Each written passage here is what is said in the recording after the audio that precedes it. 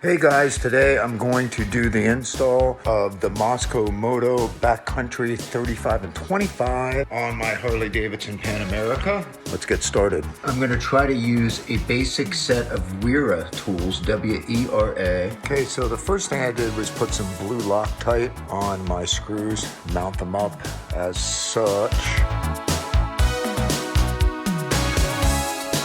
And I pushed it pretty much as far back as I could, except for about an inch. That is the bag mounted, and of course it's not.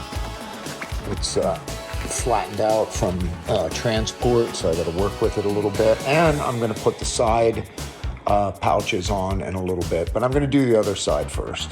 Now, even though the bike is on a center stand, I actually leveled it, and that's just for me.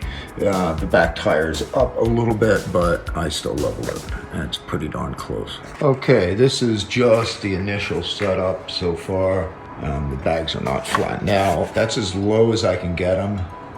Some people like them a little higher. I like them as low as I can get them. I'm gonna continue on and put the side pouches on. Okay, so now I'm putting the side pouches on.